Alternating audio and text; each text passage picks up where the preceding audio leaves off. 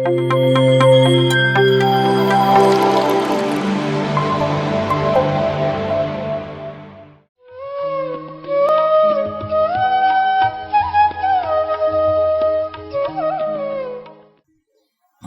ಹೆಸರು doctor Harikrishna.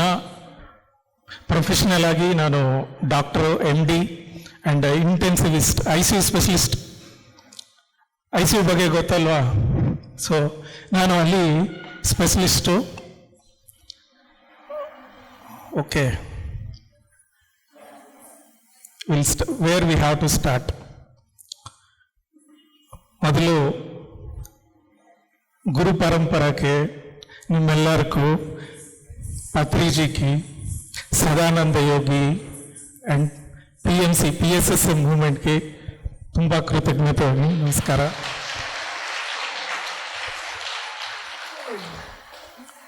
Okay, so ತುಂಬ ಖುಷಿ ಆಗ್ತಾ ಇದೆ ನಿಮ್ಮೆಲ್ಲರನ್ನು ನೋಡಿ. ನಾನು ಎಕ್ಸ್ಪೆಕ್ಟೇ ಮಾಡಿಲ್ಲ ಎಷ್ಟು ಜನ ಬರ್ತಾರಂತ. ಸೊ ನೀವೆಲ್ಲರೂ ಹೊಸಗರೆಲ್ಲ ಯಾರನ್ನ ಇದ್ದಾರಾ? ಧ್ಯಾನ. Okay, you are all old masters, senior masters. So ನಾವು ಈ ದಿನ ಈ ರಾಮಕ್ಷೇತ್ರ ಪ್ರಾಂಗಣದಲ್ಲಿ ಇದ್ವಿ. ಸೊ ಇದು ಆಲಯ. We are in the presence of great temple, ಅಂದರೆ ರಾಮಾಲಯ. ಆಲಯ ಅಂದರೆ ಏನು? ವಾಟ್ ಈಸ್ ಆಲಯ? ಆಲಯ ಅಂದರೆ ಆತ್ಮ, ಲಯ ಅಂದರೆ ಲಯವಾಗೋದು. ದ ಪ್ಲೇಸ್ ಎಲ್ಲಿ ನಾವು ಲಯವಾಗೋಕ್ಕೆ ಸಾಧ್ಯವಾಗುತ್ತೋ, ದಟ್ ಪ್ಲೇಸ್ ಈಸ್ ಕಾಲ್ಡ್ ಆಲಯ. ಸೊ ಆಧ್ಯಾತ್ಮಿಕತೆ ಅಂದರೆ ಆಧ್ಯಾತ್ಮಿಕತಾ, ಆದಿ ಪ್ಲಸ್ ಆತ್ಮ ಪ್ಲಸ್ ಕತೆ, ಅಂದರೆ ಆದಿಯಿಂದ ಇರೋ ಆತ್ಮದ ಕತೆ ಆಧ್ಯಾತ್ಮಿಕತ. ಸೊ ಈ ಆಲಯ ಅಲ್ಲಿ ಆಲಯ ಅಂತ ಯಾಕಂತ ಇದ್ವಿ? ದ ಪರ್ಪಸ್, ಆಲಯ ಪರ್ಪಸ್ ಏನು? ಲಯವಾಗಬೇಕು. ಆ ಲಯವಾಗಬೇಕು ಅಂದರೆ ನಾವು ಆಲಯಕ್ಕೆ ಹೋಗಿ ಏನು ಮಾಡಬೇಕು?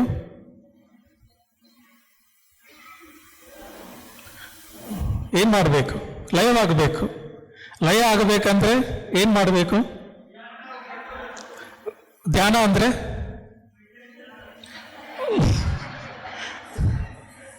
ಧಿ ಪ್ಲಸ್ ಯಾನ, ಅಂದರೆ ಧಿ ಅಂದರೆ ಸೂಕ್ಷ್ಮ ಅತಿ ಸೂಕ್ಷ್ಮ, ಕ್ವಾಂಟಮ್ ಲೆವೆಲ್. ಅಂದರೆ ಅಲ್ಲಿಂದ ಇಂಕಂತ ಚಿಕ್ಕದೇನೂ ಇಲ್ಲ, ಅದಕ್ಕಂತ ದೊಡ್ಡದೇನೂ ಇಲ್ಲ. ಧಿ ಪ್ಲಸ್ ಯಾನ, ಜರ್ನಿ. ಸೊ ನಾವು ಧ್ಯಾನ ಮಾಡಿದರೆ ಲಯವಾಗೋಕ್ಕೂ ಸಾಧ್ಯವಾಗತ್ತೆ. ಕೆಲವರಿಗೆ ತುಂಬ ಕ್ವಶನ್ಸ್ ಇರುತ್ತೆ. ಸುಮ್ಮನೆ ಕೂತ್ಕೊಂಡಿದ್ರೆ ಏನಾಗತ್ತೆ, ಕಣ್ಣು ಮುಚ್ಕೊಂಡು ಏನು ಮಾಡ್ತಾ ಇಲ್ಲ ಇವರು ಅಂದರೆ. So the main reason for meditation is ಆ ಲಯವಾಗಬೇಕು. ಸೊ ಅದು ಆಲಯ. ಅಂದರೆ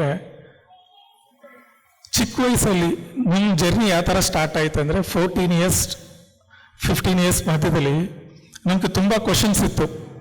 ಯಾವ ಥರ ಅಂದರೆ, ಒಂದು ಓಶೋ ಯಾರನ್ನ ಬರ್ದಿದ ತಕ್ಷಣ ಯಾರು, ಗಾಡ್ ಅಂದರೆ ಏನು, ಎಲ್ಲಿರುತ್ತಾರೆ ಅವರು, ಈ ಸುಖ ದುಃಖಕ್ಕೆ ಕಾರಣ ಏನು, ಏನಾರ ಪರ್ಪಸ್ ಇದೆಯಾ ಈ ಲೈಫ್ಗೆ ಅಂತ ತುಂಬ ಕ್ವಶನ್ಸ್ ಆಗ್ತಾರೆ. ಹೌದಾ? ನಿಮ್ಗೆಲ್ಲರಿಗೆ ಕ್ವಶನ್ಸ್ ಬರುತ್ತಾ? ಎಷ್ಟು ಜನಕ್ಕೆ ಕ್ಲಾರಿಟಿ ಇದೆ ನಾನು ಯಾರು ಅಂತ? ಎಷ್ಟು ಜನಕ್ಕೆ ಗೊತ್ತು? ನಿಮ್ಮ ಬಗ್ಗೆ ನಿಮಗೆ ಎಷ್ಟು ಜನಕ್ಕೆ ಗೊತ್ತು? ಅಷ್ಟೇನಾ? 1 2 3 4 5. ಸೊ ಎಷ್ಟು ಜನಕ್ಕೆ ಕ್ವಶನ್ಸ್ ಬರಲ್ಲ? ನಮ್ಗೆ ಆಲ್ರೆಡಿ ಗೊತ್ತಾಯ್ತು ನಾನು ಯಾರು ಅಂತ. ಸೊ ಈ ಥರ ನನಗೆ ಚಿಕ್ಕ ವಯಸ್ಸಿಂದ ಹೋಲ್ ಸ್ಪಿರಿಚುವಲ್ ವರ್ಲ್ಡ್ ಅಂದರೆ ಆಧ್ಯಾತ್ಮಿಕತ, ಫಿಸಿಕಲ್ ರಿಯಾಲಿಟಿ ಅನ್ನೋದು ಎರಡು ಏನೂ ಇಲ್ಲ. ಸ್ಪಿರಿಚುವಾಲಿಟಿ, ಆಧ್ಯಾತ್ಮಿಕತ ಅನ್ನೋದು ಒಂದೇ.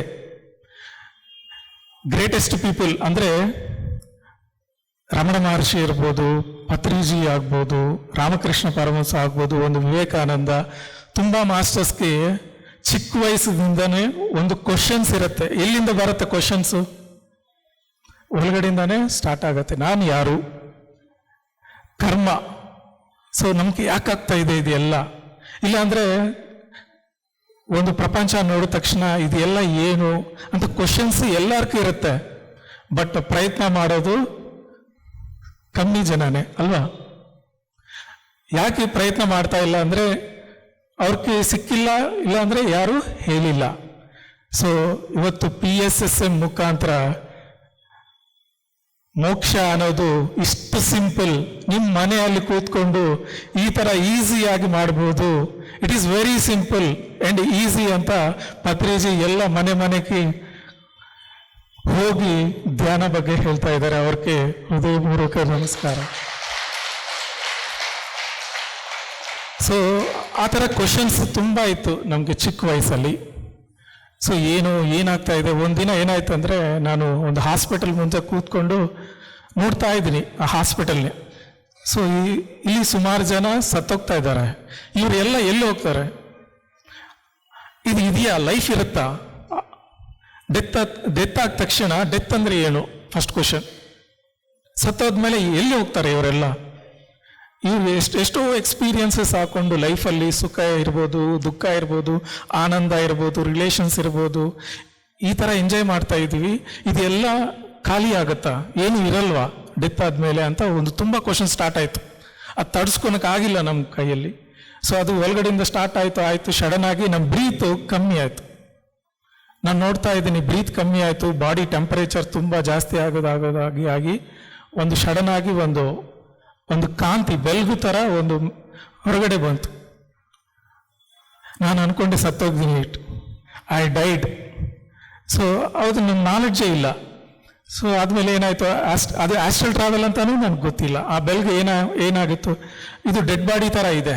ನಾನು ನೋಡಿಕೊಂಡೆ, ಓಕೆ ನಾನು ಬಾಡಿಯಲ್ಲಿ ಇದೀನ, ಸೊ ತಿರುಗಿ ಹೋಗೋಕ್ಕೆ ಸಾಧ್ಯವಾಗತ್ತಾ ಅಂತ ಏನು ಕ್ವಶನ್ ಬಂದಿಲ್ಲ.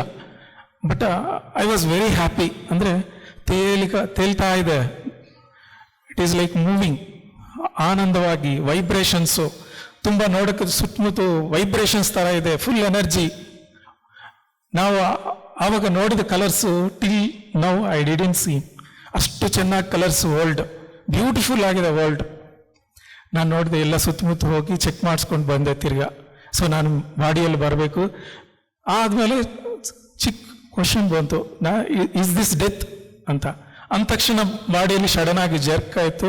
ತಿರ್ಗಾ ಬಾಡಿಯಲ್ಲಿ ಬಂದ ತಕ್ಷಣ ನಂಗೆ ಡೌಟ್ ಬಂತು, ಇದೆಲ್ಲ ಡ್ರಾಮಾನ ನಾನು ಇಮ್ಯಾಜಿನೇಷನ ಅಂತ. ನಾನು ಹೋಗಿದೆ, ಎಲ್ಲೆಲ್ಲಿ ಹೋಗಿದೆ ಚೆಕ್ ಮಾಡಿಕೊಂಡೆ. ಇದು ನಾನು ನೋಡಿದ್ದೀನಿ. ಸೊ ಇದು ನಾನು ನೋಡಿದ್ದೀನಿ, ಇದು ಡ್ರೀಮ್ ಅಲ್ಲ, ಒರಿಜಿನಲ್ ರಿಯಾಲಿಟಿ ಅಂತ. ಸೊ ಅವಾಗ ತುಂಬ ಖುಷಿ ಆಯಿತು. ಏನಂದರೆ ಅದಕ್ಕೆ ವೆಯ್ಟೇ ಇಲ್ಲ, ಫುಲ್ ಎನರ್ಜಿ, ಎಲ್ಲಿ ನೋಡಿದ್ರು energy. So then again 2 days ಆದಮೇಲೆ ಸೇಮ್ ಅದೇ ಹಾಸ್ಪಿಟಲ್ಗೆ ಹೋಗಿ ಅಲ್ಲೇ ಕೂತ್ಕೊಂಡು ನೋಡ್ತಾ ಇದ್ದೀನಿ, ಬರಲ್ಲ ಬಂದಿಲ್ಲ. 2 months ಅದೇ ಥರ ಇಮಿಟೇಟ್ ಮಾಡಿ ಬಂದಿಲ್ಲ, ಏನೂ ಬಂದಿಲ್ಲ. ಅನುಭವ ತಿರ್ಗಾ ಬಂದಿಲ್ಲ, ಯಾಕೆ ಗೊತ್ತಿಲ್ಲ. ಏನಪ್ಪ ಇದು ಈ ಥರ ಆಗಬೇಕಂದ್ರೆ ಕ್ವಶನ್ಸ್ ಬರಬೇಕಾ ಅಂತ ನಾನು ಇಮಿಟೇಷನ್ ಸ್ಟಾರ್ಟ್ ಮಾಡಿದೆ. ನಾನು ಇಮಿಟೇಟ್ ಮಾಡಿದರೆ ಆಗ್ತಾ ಇಲ್ಲ, ಯಾಕೆ? ಏನೋ ಒಂದು ಸಾಧನೆ ಇದೆ.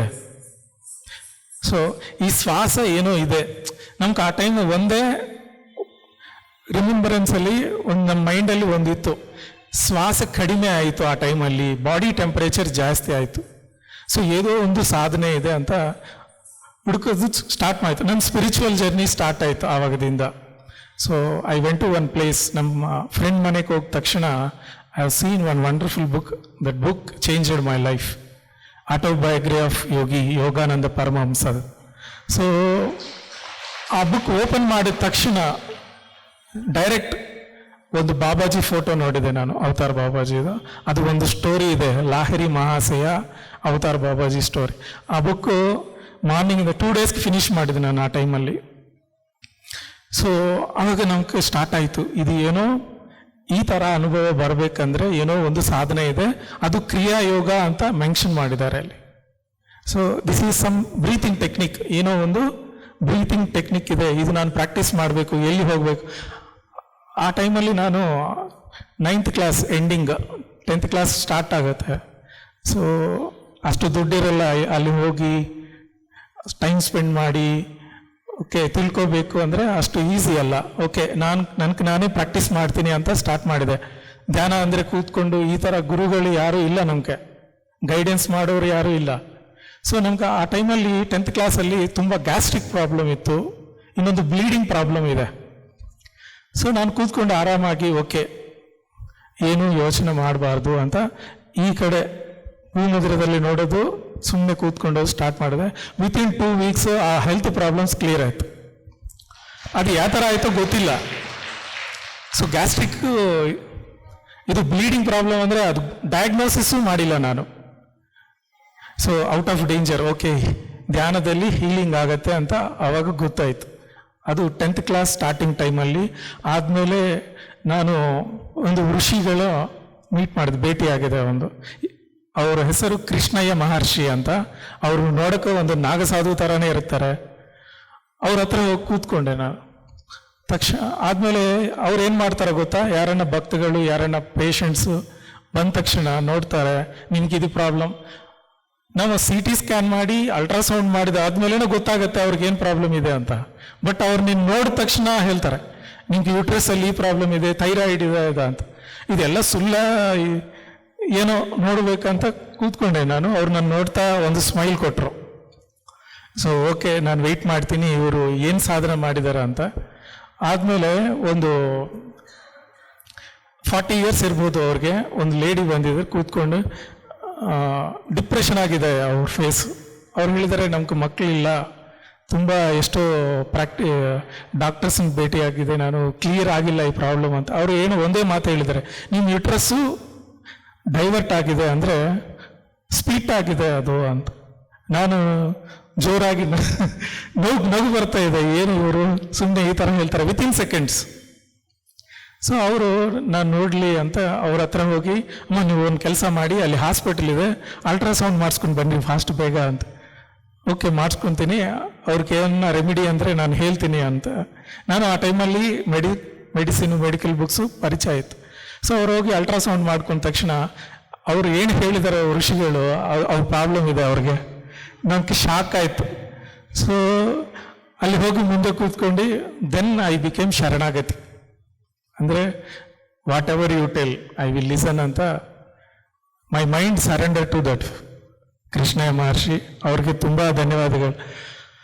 ಸೊ ಆದಮೇಲೆ ಸ್ಮೆಲ್ಸ್ ಅಂದರೆ ಅಲ್ಲಿ ಏನು ಫ್ಲವರ್ಸ್ ಏನೂ ಇಲ್ಲ, ವಿಭೂದಿನೂ ಇಲ್ಲ, ತುಂಬ ವಿಭೂದಿ ವಾಸನೆ, ಜಾಸ್ಮಿನ್ ಸ್ಮೆಲ್ಲು, ಕರ್ಪೂರ ಸ್ಮೆಲ್ ಬರ್ತಾ ಇದೆ ಹೋಗ್ತಾ ಇದೆ. ಅಲ್ಲಿ ಏನೂ ಒಂದು ಚೂರು ಇಲ್ಲ ಕರ್ಪೂರ. ನನಗೆ ಡೌಟ್ ಬರ್ತಾಯಿತ್ತು, ಸ್ವಾಮಿ ಸ್ಮೆಲ್ಸ್ ಬರ್ತಾ ಇದೆ ತುಂಬ ಅಂದರೆ ಅವರು ಸೂಕ್ಷ್ಮ ಶರೀರದಲ್ಲಿ ಪ್ರಯಾಣ ಮಾಡ್ತಾ ಹೋಗ್ತಾ ಇರ್ತಾರೆ, ಇಲ್ಲಿ ಬರ್ತಾ ಇರ್ತಾರೆ. ಹೌದಾ, ಸೂಕ್ಷ್ಮ ಶರೀರ ಅದು ಏನು? ಕ್ವಶನ್ ಸ್ಟಾರ್ಟ್ ಆಯ್ತು ನನಗೆ. ಸೊ ಅದು ಯೋಗ ಮಾಡಿದ್ರೆ ನಿಮ್ಗೆ ಗೊತ್ತಾಗತ್ತೆ. ಮೂಡೋ ಕಣ್ಣು ಜ್ಞಾನ ನೇತ್ರ ಅಂದ ಒಂದು ಇರುತ್ತೆ, ಅದು ಆಕ್ಟಿವೇಟ್ ಮಾಡಬೇಕು. ನೀವು ಆಲ್ರೆಡಿ ಯೋಗಿ ಅಂತ ಹೇಳಿದಾರೆ. ಯೋಗಿಯ ನಾನು ಈ ಥರ ನೋಡ್ಕೊಂಡು ನಾನು ಯೋಗಿ ಥರ ಇದ್ದೀನಿ. ಸೊ ನೀಟಾಗಿ ಡ್ರೆಸ್ ಮಾಡಿಕೊಂಡು ಯೋಗಿ ಅಂದರೆ ಅದು ಬೇರೆ, ಅದು ಲಕ್ಷಣಗಳು ನೋಡಕ್ಕಲ್ಲ. ಇವರು ಆಲ್ರೆಡಿ ಅಚೀವ್ಡ್ ಇಟ್ ಅಂತ ಹೇಳಿದ್ದಾರೆ. ನಮ್ಗೇನು ಈ ಥರ ಟ್ರಸ್ಟ್ ವರ್ತಿ ಇಲ್ಲ, ಇವ್ರು ಏನೋ ಹೇಳ್ತಾ ಇದ್ದಾರೆ, ಅದು ಏನು ಬೇಡ, ನಮ್ಗೆ ಏನು ಸಾಧನೆ ಮಾಡಬೇಕು ಅಂತ ಹೇಳಿ ಅಂತ ಅವನ ಕ್ವಶನ್ ಆದ ತಕ್ಷಣ ಅವ್ರು ಹೇಳಿದ್ದಾರೆ, ಕರ್ಮ ಬಗ್ಗೆ ಹೇಳಿದ್ದಾರೆ. Why we have to take birth, ಎಲ್ಲಿಂದ ಜನ್ಮ ತಗೊಂತೀವಿ, ಆತ್ಮ ಅಂದರೆ ಏನು, ಪೂರ್ಣಾತ್ಮ ಅಂದರೆ ಏನು, ಪರಮಾತ್ಮ ಅಂದರೆ ಏನು, ಚಕ್ರಾಸ್ಗಳ ಬಗ್ಗೆ ಹೇಳಿದ್ದಾರೆ, ಥರ್ಡ್ ಐ ಬಗ್ಗೆ ಹೇಳಿದ್ದಾರೆ. ಈ ಸಾಧನೆ ಮಾಡಿ ಶ್ವಾಸ ಮೇಲೆ ಅವ್ರು ಏನು ಹೇಳಿದ್ದಾರೆ ಅಂದರೆ ಗಮನ ಅಂತ ಹೇಳಿಲ್ಲ, ಶ್ವಾಸನ ಕಂಟ್ರೋಲ್ ಮಾಡಬೇಕು. ಅಂದರೆ ಅವ್ರ ಲ್ಯಾಂಗ್ವೇಜಲ್ಲಿ ಕೇವಲ ಕುಂಭಕ ಅಂದರೆ ಬ್ರೆತ್ ಸ್ಟಾಪ್ ಆಗುತ್ತೆ. ಇಲ್ಲಿ ಎಷ್ಟು ಜನಕ್ಕೆ ಸ್ಟಾಪ್ ಆಗುತ್ತೆ ಮೆಡಿಟೇಷನಲ್ಲಿ? ನಾನು ಉಸಿರಾಡ್ತಾ ಇದನ್ನ ಅಂದ್ರೆ ಗೊತ್ತಾಗಲ್ಲ. ದಟ್ ಈಸ್ ಕಾಲ್ಡ್ ಕೇವಲ ಕುಂಭಕ ಮಾಡಬೇಕು. ಬ್ರೀತ್ನ ಕಂಟ್ರೋಲ್ ಮಾಡಿದರೆ ಮನಸ್ಸು ಕಂಟ್ರೋಲ್ ಆಗತ್ತೆ ಅಂತ ಹೇಳಿ ಬಿಟ್ಬಿಡಿದಾರೆ ಅಂತೆ. ನೀವು ಹೋಗಿ ಸಾಧನೆ ಮಾಡಿ ಆದಮೇಲೆ ಬನ್ನಿ ನಂಗೆ ಹೇಳಿ ನಿಂಗೆ ಏನಾಯಿತು ಅಂತ. ಸೊ ಆವಾಗಿಂದ ಸ್ಟಾರ್ಟ್ ಆಯಿತು. ನಾವು ಡೈಲಿ ಹೋಗೋದು, ಬ್ರೀತಿಂಗ್ ಶ್ವಾಸ ಕ್ರಿಯಾಸ್ ಮಾಡೋದು, ಕೂತ್ಕೊಳ್ಳೋದು. ಆದಮೇಲೆ ಇನ್ನೊಂದು ನಾಗಸಾಧುವನ್ನು ಭೇಟಿ ಆಯಿತು ನಾನು, ಅವರ ಸಿದ್ಧಿಗಳು. ಸೊ ನಮ್ಮ ಜೊತೆ ಟೀಕ್ ಹೋಗಿದ ತಕ್ಷಣ without thin air he will make materialisation, ಅಂದರೆ ಎಷ್ಟು ಖರ್ಚಾಗತ್ತೋ ಆ ಟೈಮಲ್ಲಿ ಅಷ್ಟು ಕೊಡ್ತಾ ಇದ್ರು. ನಾನು ಒಂದಿನ ಅಬ್ಸರ್ವ್ ಮಾಡಿದೆ ಎಲ್ಲಿಂದ. So I was very stupid that time. ಅಂದರೆ ನಿಮ್ಗೆ ಇಷ್ಟು ಸಿದ್ಧಿಗಳಿದಂದರೆ ನೀವು ದೊಡ್ಡ ದೊಡ್ಡ ಮನೆ, ಕಾರು ಎಲ್ಲ ಕ್ರಿಯೇಟ್ ಮಾಡಿಸ್ಕೋಬೋದಲ್ವಾ, ಯಾಕೆ ಇಷ್ಟು ಸಿಂಪಲ್ ಆಗಿದೆ, ಯಾಕೆ ಈ ಥರ ಹುಚ್ಚ ಥರ ಓಡಾಡ್ತಾ ಇದ್ದೀವಿ. ಸೊ ಆ ಟೈಮಲ್ಲಿ ನನಗೆ ಅರ್ಥ ಆಗಿಲ್ಲ. ಸೊ ಅದು ಒಂದು ಭೇಟಿ ಆಯ್ತು. ಆ ಥರ ಐ ಹ್ಯಾವ್ ಮೆಟ್ 18 ಸಿದ್ಧಾಸ್.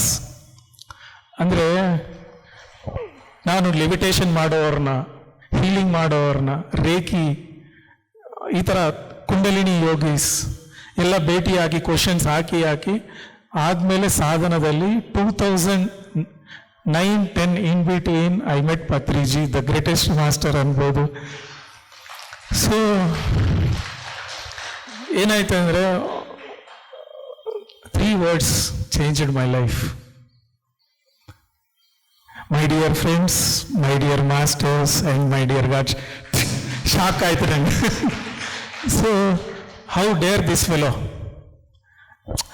ಅವರು ವಿಡಿಯೋದಲ್ಲಿ ನೋಡೋಕ್ಕೆ ನಾರ್ಮಲ್ ಆಗಿರ್ತಾರೆ, ಬಟ್ ಡೈರೆಕ್ಟ್ ಆಗಿ ನೋಡಿದ್ರೆ ಏನೋ ಒಂದು ಬ್ರೈಟ್ನೆಸ್, ಬೆಳಗು ಥರ ಸರೆಂಡರ್ ಆಗ್ತೀವಿ. ಅಷ್ಟು ಈಸಿ ಅಲ್ಲ ಪತ್ರಿಜಿ ಹತ್ರ ಹೋಗಿ ಕಣ್ಣಲ್ಲಿ ಕಣ್ಣಿಟ್ಕೊಂಡು ಮಾತಾಡೋದನ್ನ ಅಷ್ಟು ಈಸಿ ಅಲ್ಲ. ಸೊ ಆ 3 words has changed my life. ಇವರು ಯಾರೋ ಮಿರಾಕಲ್ ಫೆಲೋ. ಡೈರೆಕ್ಟ್ ಆಗಿ ನೀವು ಗಾಡ್ ಅಂತ ಹೇಳ್ತಾ ಇದ್ದಾರೆ. ಎಷ್ಟೋ ಜನ ಗುರುಗಳು ನೋಡಿದೆ ನಾನು, ನೀನು ಶಿಷ್ಯಗಳ ಥರ, ನೀನು ಒಂದು ಸಾಧಕ ಥರ ನೋಡ್ತಾರೆ ಅಷ್ಟೇ ಅಲ್ವಾ.